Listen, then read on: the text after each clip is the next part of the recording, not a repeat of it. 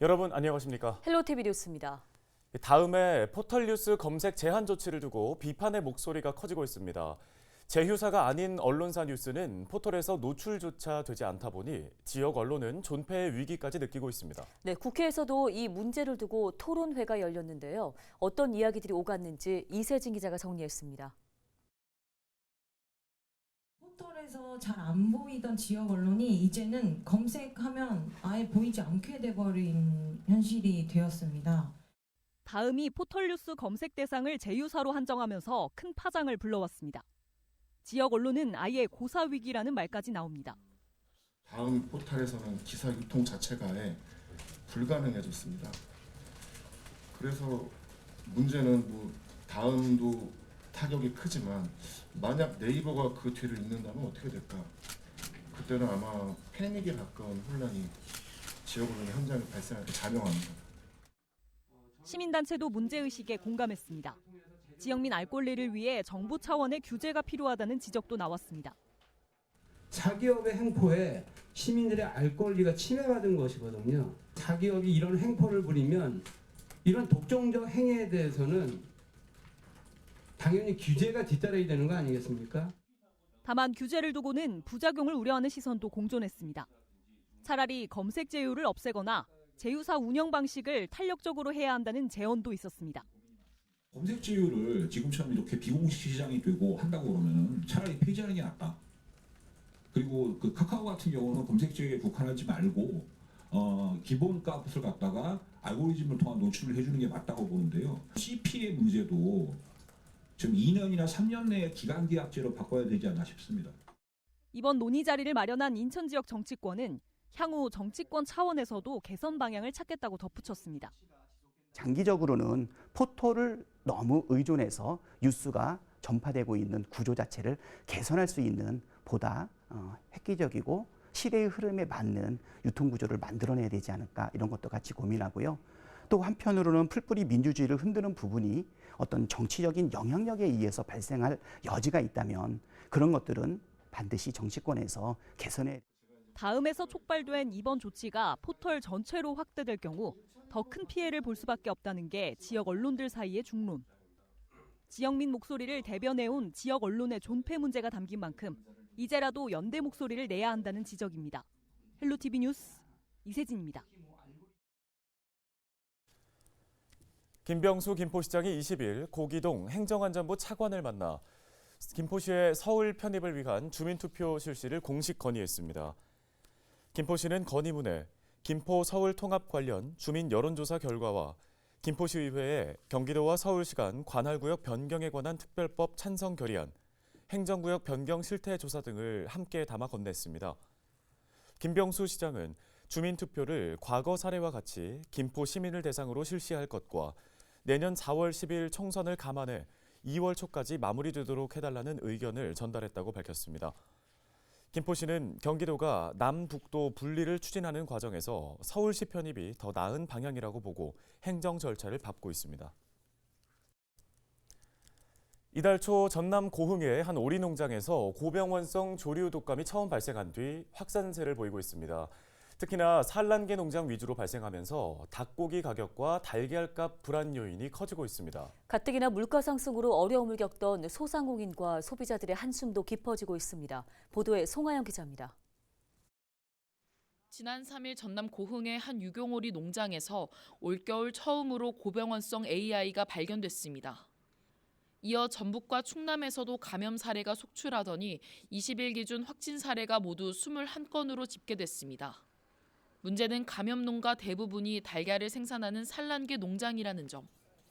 닭고기와 달걀을 판매하는 소상공인은 혹시라도 수급에 차질이 빚어질까 불안감을 내비쳤습니다.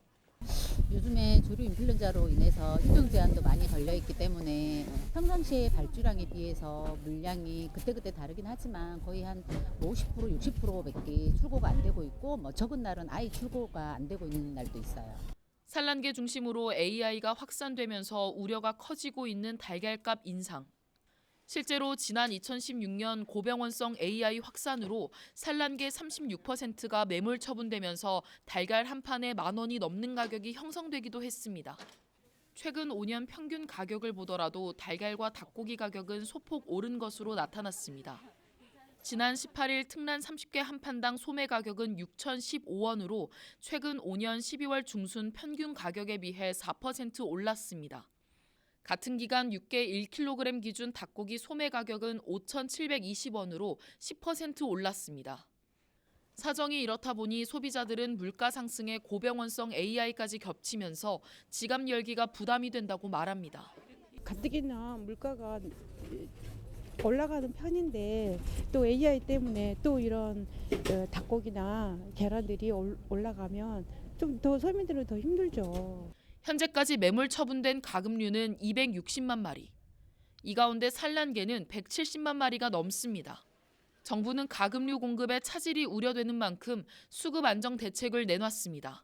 내년 1월부터 신선란 67톤을 수입하고 낮은 관세를 부과해 닭고기 3만 톤을 도입할 방침입니다.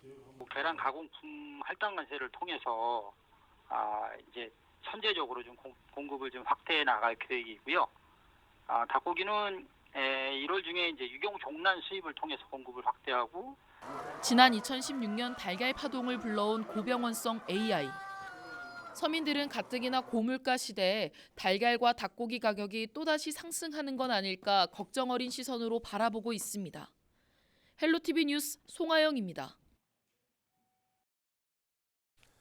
다음 소식입니다. 인천 계양장 일대가 역사를 보존한 문화관광공간으로 조성됩니다.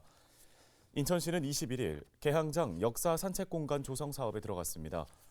이번 사업을 통해 인천시는 내년 10월까지 계양기 건축물인 제물포 구락부와 인천 시민의 집과 연계한 산책로, 전시 플랫폼을 조성하고 1930년대 건물인 소금창고와 문화주택을 복원해 전시 공간을 마련합니다. 이와 함께 우리나라 최초 플라타너스 길과 각국 조개지 계단을 정비하고 내년 6월까지 역사 산책길을 조성해 관광 활성화에 나섭니다. 부천시의회가 최근 열린 정례회 본회의에서 내년 부천시 예산안을 확정했습니다. 부천시 내년 본예산은 2조 4,147억 원으로 의회 상임위와 예결위 심사를 통해 사업 34건에서 11억 원을 삭감하고 예비비 항목에 증액 편성하는 것으로 수정 의결했습니다. 이로써 올해 부천시의회 의사 일정은 모두 마무리됐으며 내년 첫 회기는 다음 달 22일 열리는 임시회입니다. 내년 계양구 예산이 6,600억 원 규모로 확정됐습니다. 계양구의회는 제246회 정례회에서 계양구가 제출한 내년 예산 6,686억 원 가운데 1,900만 원을 감액했습니다. 의회는 행정안전국장 업무 추진비와 장학교육재단 사무국 운영비, 국제어학관 운영 위탁금을 포함해 불필요하다고 판단한 사업 예산 일부를 삭감했습니다. 한편 계양구의회는 20일, 24일간의 정례회 일정을 마치며 올해 회기를 마무리했습니다. 인천 계양구 장기동 지역의 대중교통 노선을 확대해야 한다는 목소리가 나왔습니다. 계양구의회는 254회 정례회 3차 본회의에서 장기동 지역 버스 노선 신설과 증차를 촉구하는 내용의 결의안을 채택했습니다.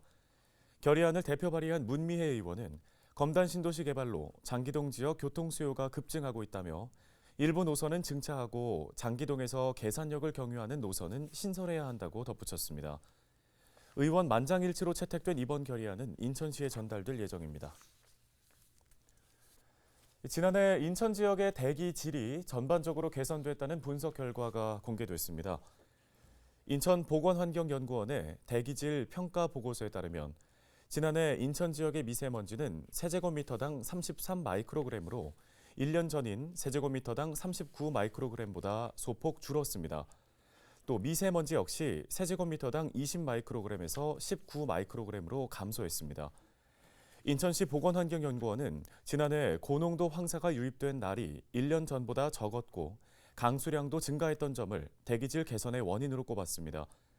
인천시는 지난해 대기질 평가 보고서를 관계기관에 배포하고 홈페이지를 통해 시민들에게도 공개할 예정입니다.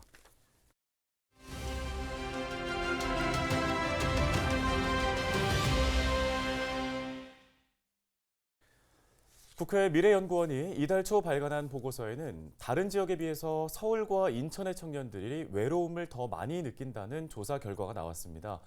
우리나라에서 사람이 가장 많이 산다고 하는 서울을 비롯한 수도권에서 왜 이런 결과가 나온 건지 분석해 보도록 하겠습니다. 네, 단국대 심리학과 임명호 교수가 전화 연결돼 있습니다. 교수님, 수치를 봤을 때 서울과 인천의 청년들 다른 지역에 비교해서 진짜 외로움과 우울감을 많이 느끼고 있는 건데요. 이 부분을 좀 분석해 주실까요?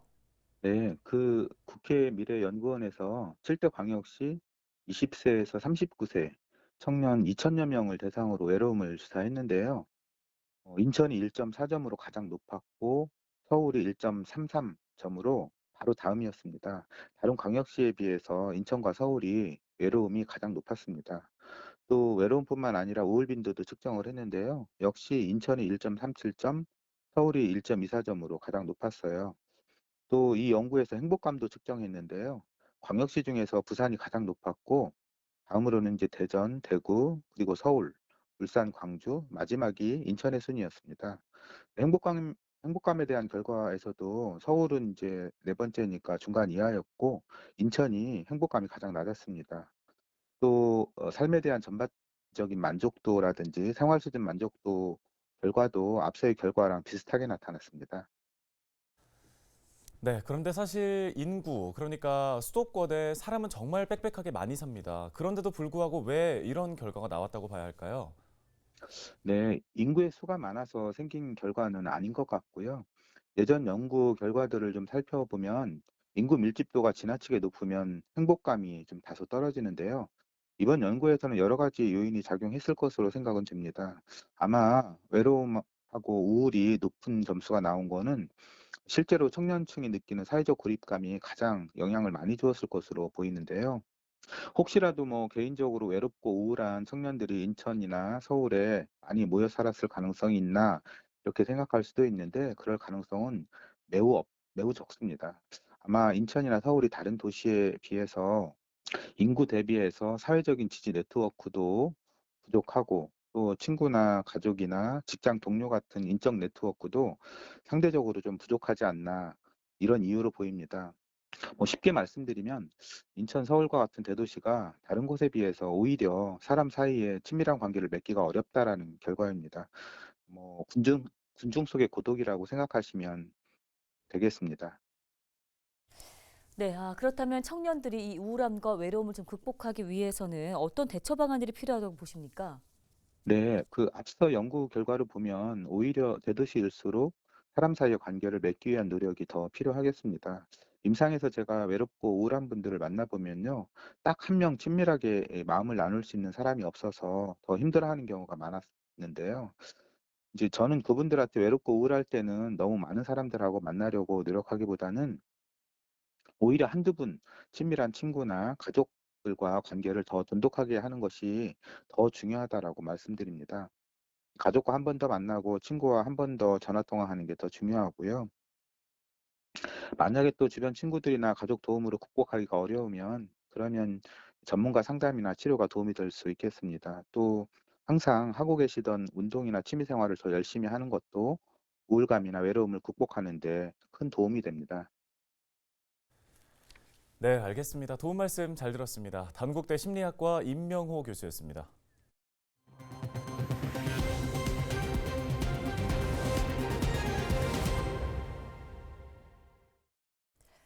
김포 관내 달빛 어린이병원 중에 한 곳인 김포 아이제일병원이 내년 1월 1일부터 평일 야간 진료를 확대 실시합니다. 지난 5월 김포에서는 병원 3곳이 심야 휴일 진료를 하는 달빛 어린이병원으로 지정됐지만 각 병원들은 인력난과 경영상의 이유로 계획했던 심야 진료를 하지 못하고 있는 실정입니다. 이에 김포시는 평일 야간 진료 확대를 위해 수차례 병의원에 방문해 의견 청취 및 적극적으로 이를 독려했으며 평일 야간 진료를 시행하게 됐다고 밝혔습니다. 또 추후 달빛 어린이병원으로 지정된 2개의 병의원과도 평일 경증 소아 환자 야간 진료가 정상화될 수 있도록 긴밀히 협력 중이라고 밝혔습니다. 김포 아이제일병원의 달빛 어린이병원 진료 시간은 평일 오후 6시부터 밤 11시까지, 휴일 오전 9시부터 오후 6시까지입니다.